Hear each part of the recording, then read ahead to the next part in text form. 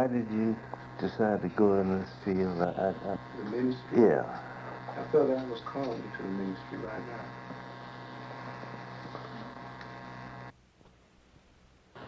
I went into the ministry when I was at Morehouse College. But I can't exactly say. I'm not sure whether Sam Williams called me. Well, if he did, God help you.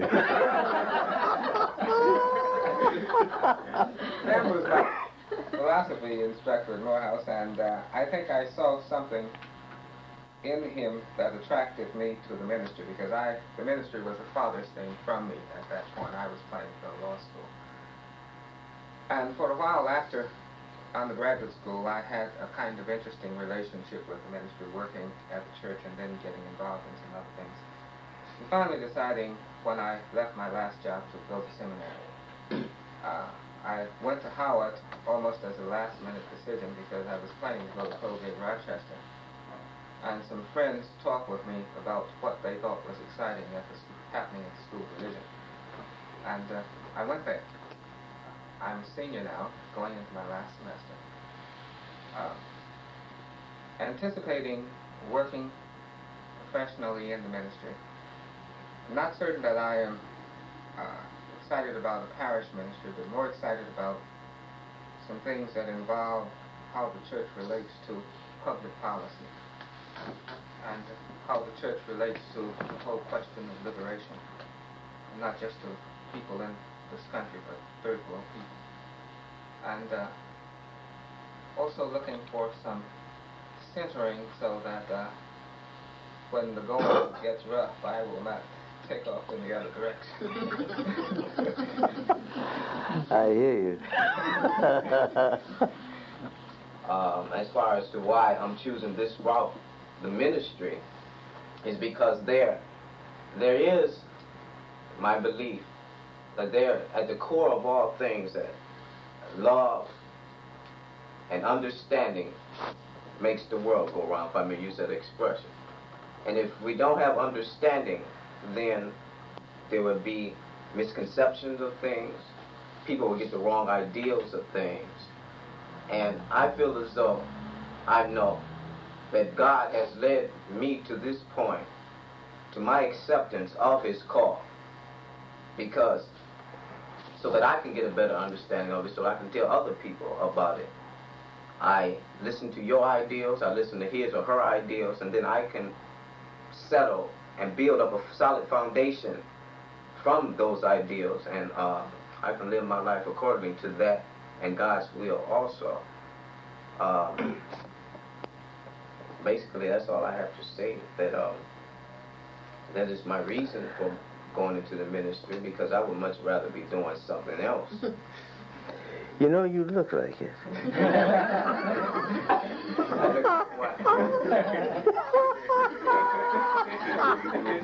I'm sorry. Oh my goodness! I just couldn't help it. I had to say it. Now it's out, so it's all right.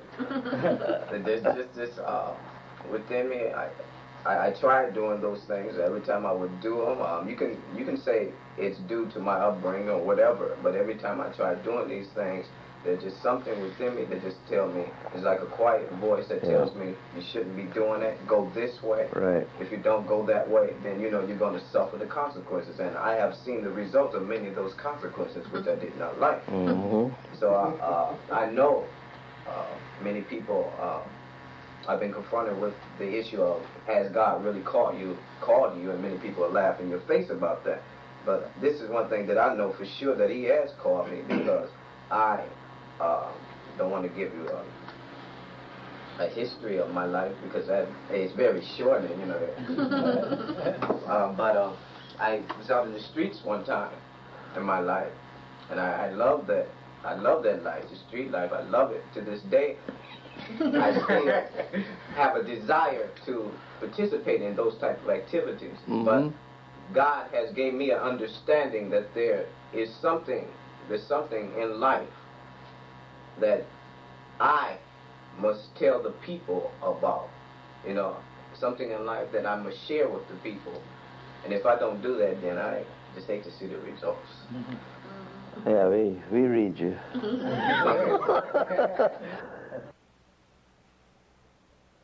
I feel that while I was formed in my mother's womb, he knew me and called me to preach. And it took me a long time to recognize that. I accepted the call to the ministry my senior year at Wesleyan. I think the largest portion of my being said yes while I was visiting Spencer, Massachusetts, St. Joseph's Abbey there on a class in Christian mysticism, and I really, for the first time, saw something positive about the ministry.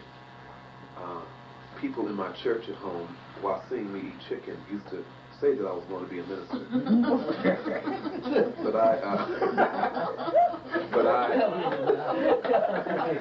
There was a woman in my church who used to always say, "Bobby, you're going to be a big-time official in the church someday." I said, "No, Miss Cooper, I'm going to be a lawyer. I'm going to make lots of money, buy my folks a home, and, drive a Mercedes." Went into my senior year intending to get a master's degree in social work and a JD. I was looking for joint programs.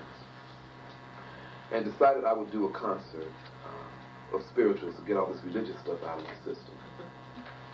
And I guess somewhere in the process of preparing for the concert, or either performing the concert or in reflections around there, I don't really know when the exact date is. I always say that it was after that concert just because it sounds neat. But somehow I decided that I really was going into the ministry. Applied only to Union and said if I didn't get into Union, I would still go to New York and try to survive singing in church choirs and maybe some Broadway plays or something. And I feel very, very, very, very happy to be doing what I'm doing. I don't know where it's going to lead me, and I feel free of any expectations because I'm not in seminary. I've now broken out of the mold. I'm doing something different, and I feel like I'm able to do something much more original than I was able to perceive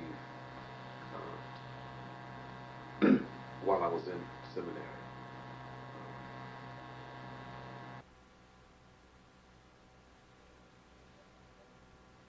I guess I've always had a profound and yet subtle religious, for lack of a better term, religious inkling in my life. When I was in high school, my senior year, I applied to certain schools, and I was all up until August, before the September that I was to go to school, I was going to Lincoln University. I went to a predominantly white high school, and I decided I was going to a black school. And that changed. I decided I didn't want to go to Lincoln. I don't know what the reason was, but I got in contact with some people. And about 2 weeks before the semester began, I went to Morehouse College. So I went there for 4 years. And while I was there, I had a conflict. I was a business major. But as I said, I had a profound religious feel all throughout my life. And that characterized the whole conflict while I was there. And towards my senior year, I met some people who had gone to various seminaries and everything like that. I had planned to go to business school, but that didn't seem to work with me. Didn't seem to settle. So I decided to meet this thing head on. And I applied to some divinity schools. And right now, I was accepted to. I'm in Harvard right now, Harvard Divinity School. And I guess my main interest right now is historical. See where it all comes from, basically. That has been guiding my view all my life. I'm a Baptist derivation, although I don't claim any denomination at this point, nor a religion. Basically, I have a religion, but I don't call it anything. So right at this point, I'm engaged in some serious historical, theological study. And one of the main reasons why I've taken this approach is because in my study, I've found out that everything seems to lead back to a civilization of Egypt. And I would like to believe that, pursue that a lot more, and see what I can say about it eventually.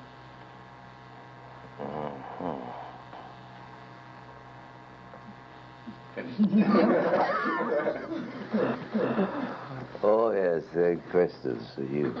All right.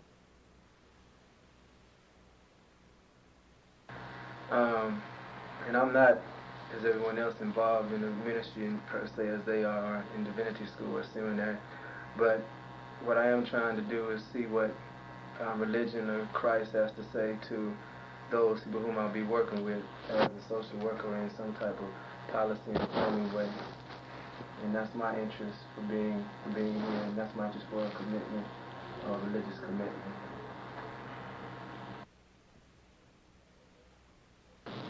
God was involved in, first introduction was in terms of the Black Baptist Church. At the age of 7, I wanted to be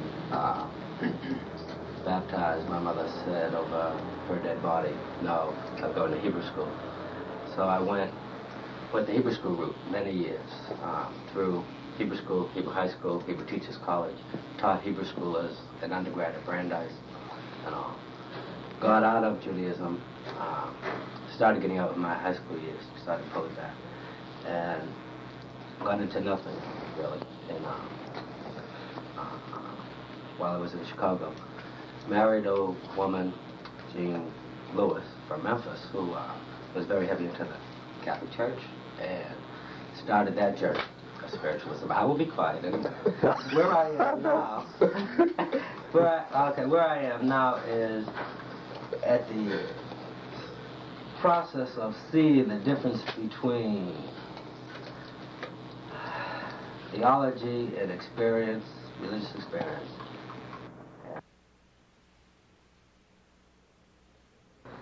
I think I said last night, I'm the 12th minister in a line of preachers that date back to slavery, that ends at the first one that we can remember that got here, who was an African holy man. And it seems to have just continued in our family. I have one brother who's preaching, and I have a sister, and we're very, very close as a family.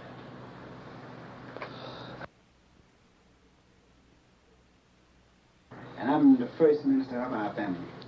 I'm the oldest. I'm a family man. I have 7 other sisters and brothers.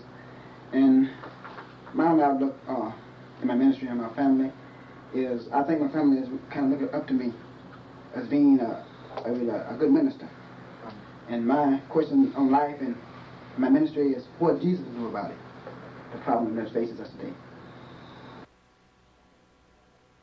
And, as far as I know, I'm the first minister in my immediate family. So I don't come from that long line of tradition like Brother Jones.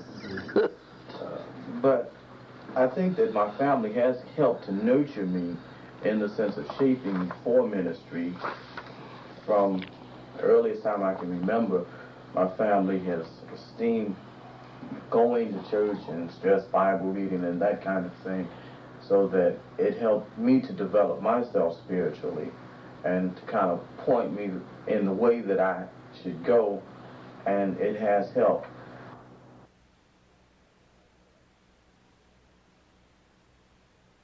I left home in 1970. I left the church also. I got a strong church background from my grandmother, who was a member of Church of God in Cleveland. And I struggled in the world for 8 years, not even dealing with the concept of God or religion. Anybody mentioned it to me, I just wasn't interested. I told them they had to catch up with me. And when it dawned on me in the last couple of years that I was a fatherless child, and I began to identify with God and his role as father of the universe, and I have began interpreting myself in light of his being my father. That's right.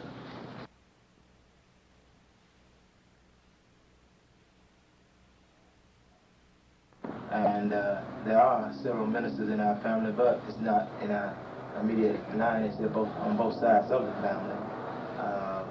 As I pointed out to the others, I've been plagued for years with epilepsy, and as far as ministry itself, I feel that God has brought me out, set me aside for a particular mission, and what it is that He really wants me to do, I'll wait that moment.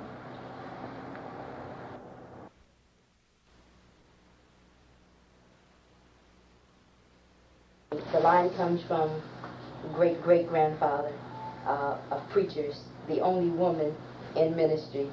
None of the boys decided to take that step, but I think my ministry started at about 2 years old, and to my knowledge of really knowing what ministry was, I was about 8 years old, and I honestly felt that it was not just a call, but I was chosen, then chosen a call, and then I made the choice to do it. That's interesting. And I made a covenant with God to do that choice, and then committed myself, and now I'm on that commission.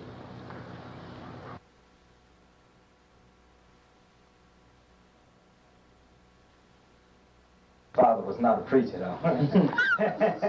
I'm the son of sharecroppers from Winona, Mississippi, and we moved to Chicago when I was about 5 years old. And in terms of the nomadic existence, and we must have moved 10 or 11 times right on the south side of Chicago, all around. But I'm here as a testimony to what God does in a life. You know, that really wasn't supposed to have too much purpose and meaning. Somewhere God found me and worked something in my life. I hope I can share that with you before we finish here.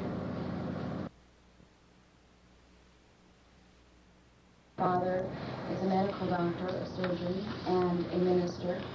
And I spent my childhood in Iran on the Presbyterian mission field. I'm presently at Howard University in the School of Religion, and am also in the School of Social Work at Howard.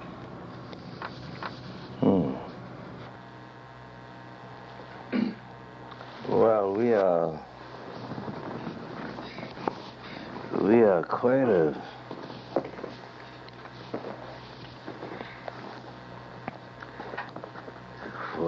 group of human beings put together in one spot.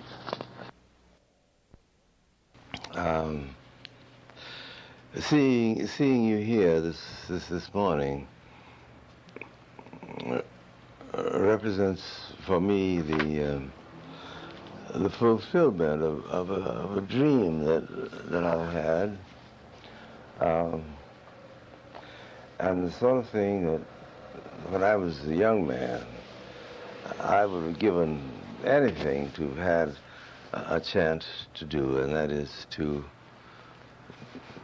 drop out of everything with which I was involved and have a chance to think and feel and sense the meaning of my own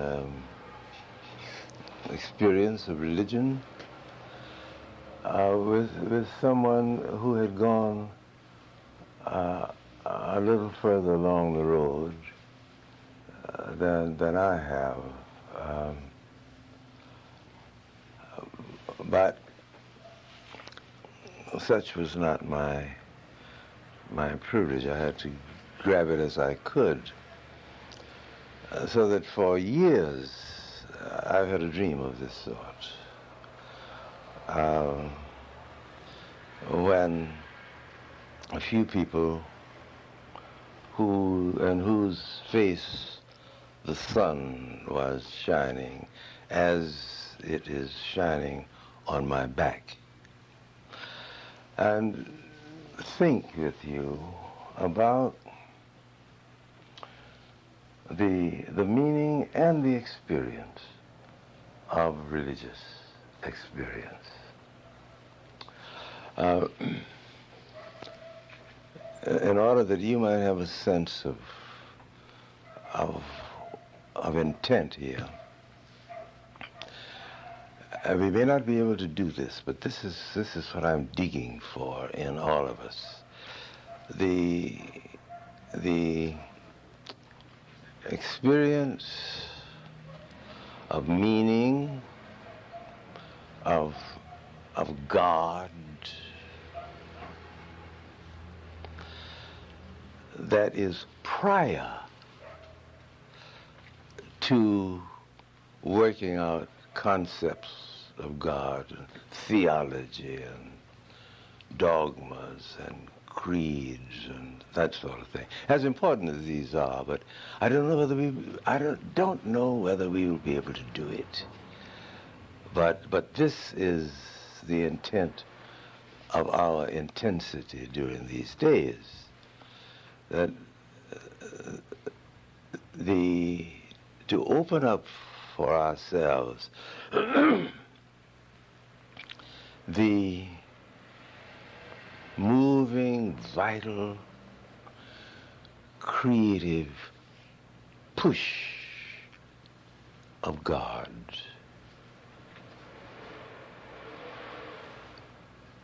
While he is still disguised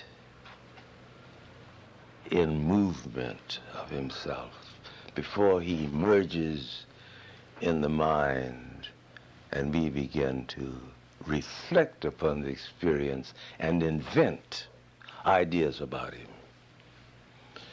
Dogma, creed, all of which are creations of the mind. Important,